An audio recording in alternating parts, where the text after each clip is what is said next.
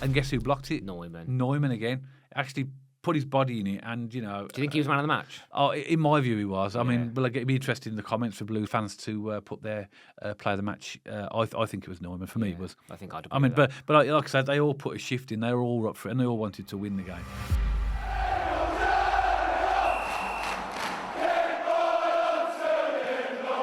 So welcome back to BCFC Royal Blue, and what a feeling it is to get back to winning ways, get 3 points at Deepdale with a fantastic 1-0 win away from home. And let's not underestimate how big a win this is. That's the first home defeat for Preston this season, and they have beaten teams like Leicester, like Ipswich. I think they drew to Borough as well at home. So they've got a very good home record to start the season, so a fantastic 3 points. But there's no point in that last 20 minutes. We really dug in there and showed that defensive display. So, Dad, 1-0 win at Deepdale. What are your thoughts? I think you've just done the whole podcast in the space of your intro, but it's football's amazing, isn't it? You know, we have the down of losing our home record against Hull City. A few days ago, and then we go to a highly fancied team in terms of what they've done so far this season, and we go and win 1-0. And like you mentioned, Matt, we dug in, and I think that the performance was I would say gritty. I'd use the word gritty. Definitely the last half an hour. Yeah. We really dug in, didn't we? But for the whole game, Matt, their tactics was just to bombard the box. Yeah, it was an aerial bombardment from them, which took me by surprise a little bit. I mean, I did expect some of it because based upon the research we'd done on them, but not that much. I think what they'd done is they'd done their homework on us and realised that we were vulnerable at set pieces and high balls. And literally, their instructions were get the ball in the box every time you can. But they weren't expecting Neumann. And what difference he made. Wow. I mean, and not just his goal. I mean, we'll come on to his goal just in a moment. But cleared an open goal. He's fantastic. Solid. He's absolutely solid. And, and then you look at that performance and you wonder, well, how on earth was he dropped? But clearly, Chris Davies wanted to balance the defence with the left footers, and obviously Robinson hasn't worked out through mainly his own fault. His own temper. His own temper. And then obviously that's opened the door for Neumann. I think that now, as I said to Chris Davies, and did you see Chris Davies talking to Neumann at the end? Yeah. Really, really sort of, I suppose encouraging him and maybe saying to him, oh, by the way, you're back. Yeah, sorry. Yeah. Saying sorry to Tommy Doyle and Neumann, actually giving them some time. And Dad, Tommy Doyle, fantastic to see him starting, really controls that midfield, doesn't he? Did well. Progressive, looks forward. I love Tommy Doyle. And I think before we get into the game, Dad, it's worth talking about the starting lineup because Tommy Doyle came in, Dimmy Gray was on the bench, Paik was in the 10. Mark Leonard was on the bench after a couple of good performances. So did you notice that Patrick Roberts was injured just in the one? What is it with us? I don't know. In players like Dux got injured in the warm up against Coventry, and Patrick Roberts was in the starting lineup, and then he was replaced, wasn't he, by Brighter Soy-Sami, who I thought actually did really well when he came on. Because obviously he's coming back from an injury, and he did look a bit jaded, and I could see the substitutions that Chris Davies made through the game to try and manage that. But I thought he did well as well for the time he's been out, but. I thought he was okay. Yeah. I mean, I think the effort-wise, I'm talking about. He was up and down the pitch. And, you can't knock any of them for effort. I thought they all hung in there, Dad. I thought, we started really well. The first 5 or 10 minutes. Yeah. I thought we had good control. We were dictating the tempo. We were creating some chances. And fair enough, it was a bit messy. Yeah. Both teams had little spells in the first half. Preston had a couple of set pieces. We were going at them as well. It was kind of I would say end to end, maybe not so much, but both teams had little patches in the first half. Yeah. But I thought we looked good. Yeah. I thought we got a foothold in the game early. We looked good on the ball. What I liked about it was, like we've talked about this before, haven't we, Matt? We looked like we were on the ball in terms of tempo. Players were, because of the tempo, were moving and creating space and creating options for players. So we were allowed to do that sort of tippy-tappy football on occasion. Do you know who made a massive difference with that, Dad? Keshi Anderson. Yes. Oh, yeah. He was doing some lovely... I thought you were going to say Tommy Doyle there. And Tommy Doyle. Yeah. But I thought Keshi Anderson was doing some lovely link-up play, nice little tidy balls into Stansfield, trying to link up the play. I like Keshi anyway, Matt. I tell you what, because he's got that edge. He's got that physical edge that he'll battle and he won't get knocked off the ball as easy as some players. And I really think we look a lot more of a threat with Keshi in the team. But I say Neumann was solid and physical, and we had like you said in the first half, there wasn't major loads and loads of chances, but we had it was a good first half for us. We had a couple of chances, but let's talk about the goal. Is there any instance you want to talk about before the goal? Because I've got a few little ones here. I just enjoyed a couple of battles, Dad. I just want to reference them here. Keshi versus Fire, on our left-hand side, their right side. I thought they had a really good battle. I think Fire's a good player, Keshi's a good player, and they kind of had that physical battle down that side. I thought that was good. Yeah. And Neumann and Smith as well. That was a good battle. That was really good. Very good physical. Again, we mentioned last season, Dad, when Yuki and Padio thingy from Lincoln Paddy O'Connor was having that battle. When we played Lincoln, this was kind of similar with Neumann and Smith. It kind of an old school kind of classic football battle, and it was good to watch. Some good independent battles across the pitch.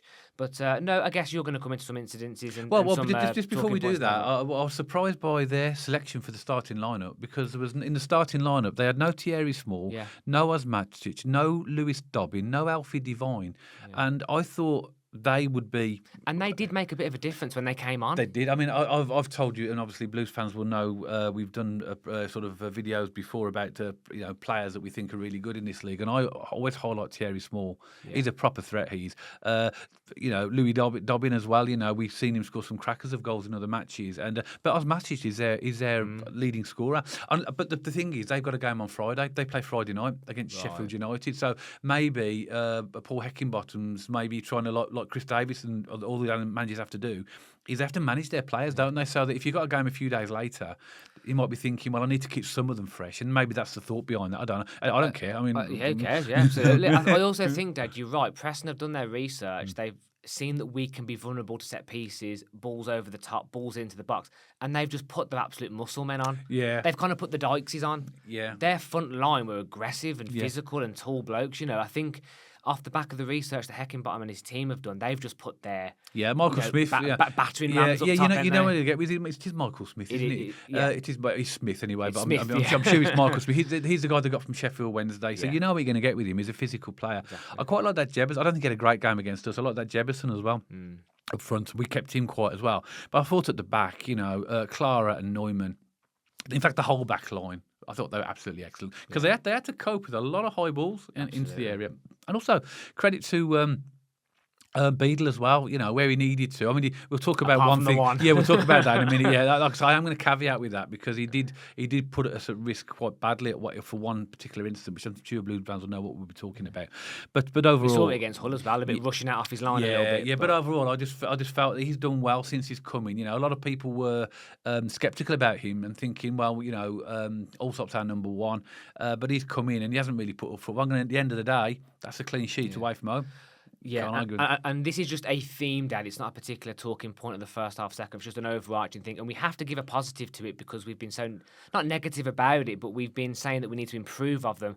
We actually look dangerous from set pieces. Yeah. Honestly, well, we scored from one. We hit the post from one. Yeah. We actually look like Tommy Doyle on about 19 minutes whipped one in, and we nearly scored from it. I was like, is that from the corner? I was like, is this a different Blues team? Fantastic to see They've us actually making a difference from set pieces. And that is, I'll tell you why that's good to see, Matt, because we criticise that, and Blues fans have, in our other podcasts have criticised that, and I think rightly so, that we've not been very good at set pieces, either going forward or defending them.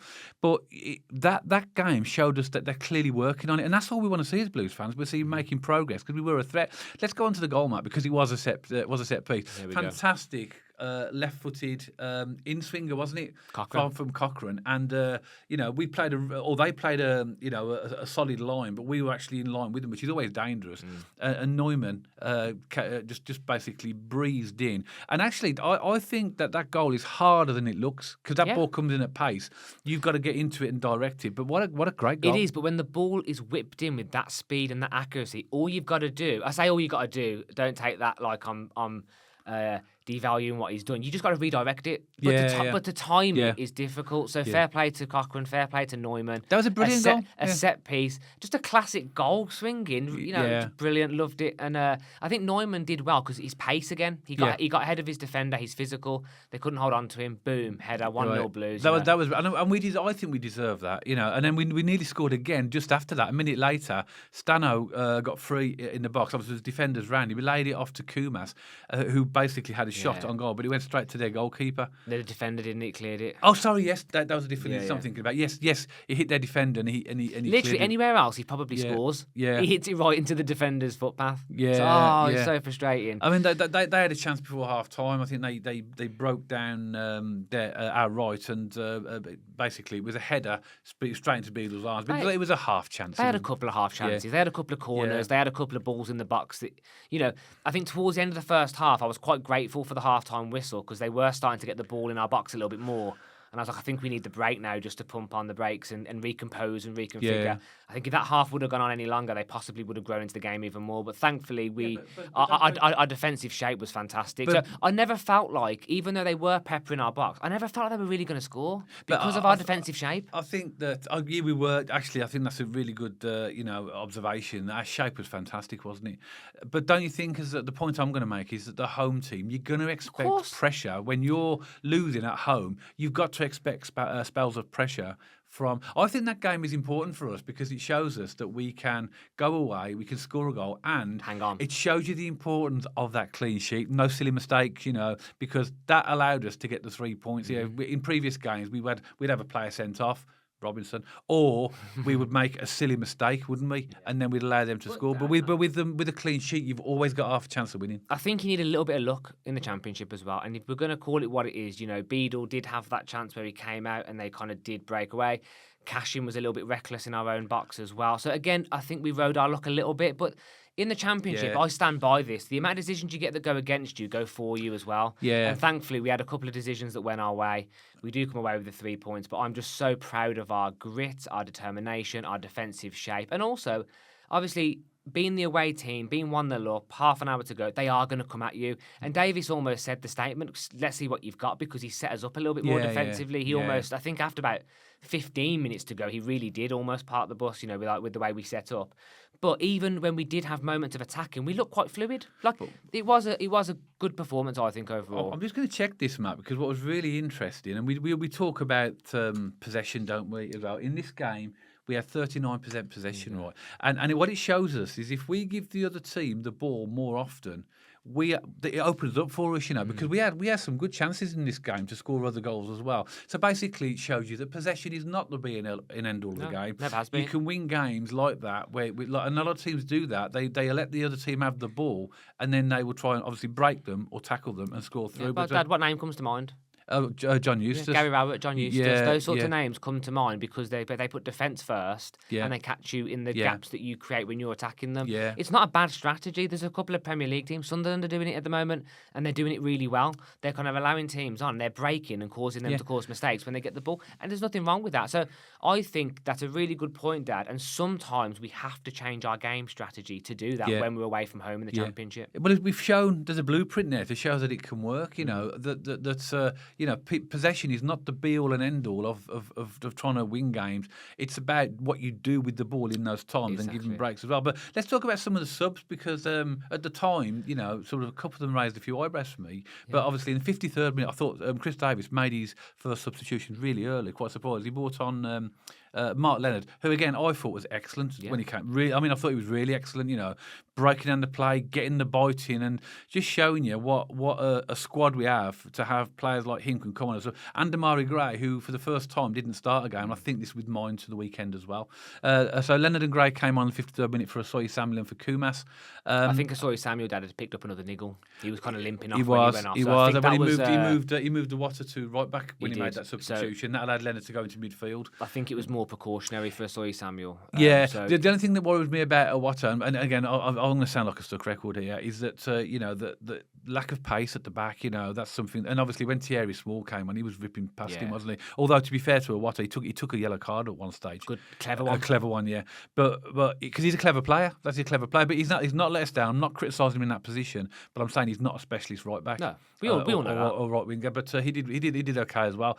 Again, the game when the second half went on, on, they started to come more into it. But I think for the first part of the second half, we were the better team again. We looked more likely to score a second goal. It was after the hour mark that they really, I think, started to I've noted impose. 60 minutes. Yeah, So we had a chance with Stano. He shot from just outside. He turned and shot from just outside the box. It just went over the bar. But it was a really good turn. A typical Stano belter. In the pre-video, Dad, we mentioned that with the way Preston play, when they're chasing the game and they push high up the pitch with their wing backs, it does create gaps around the back. And I thought we stretched them quite well in the early parts of the second half. Stano was making runs.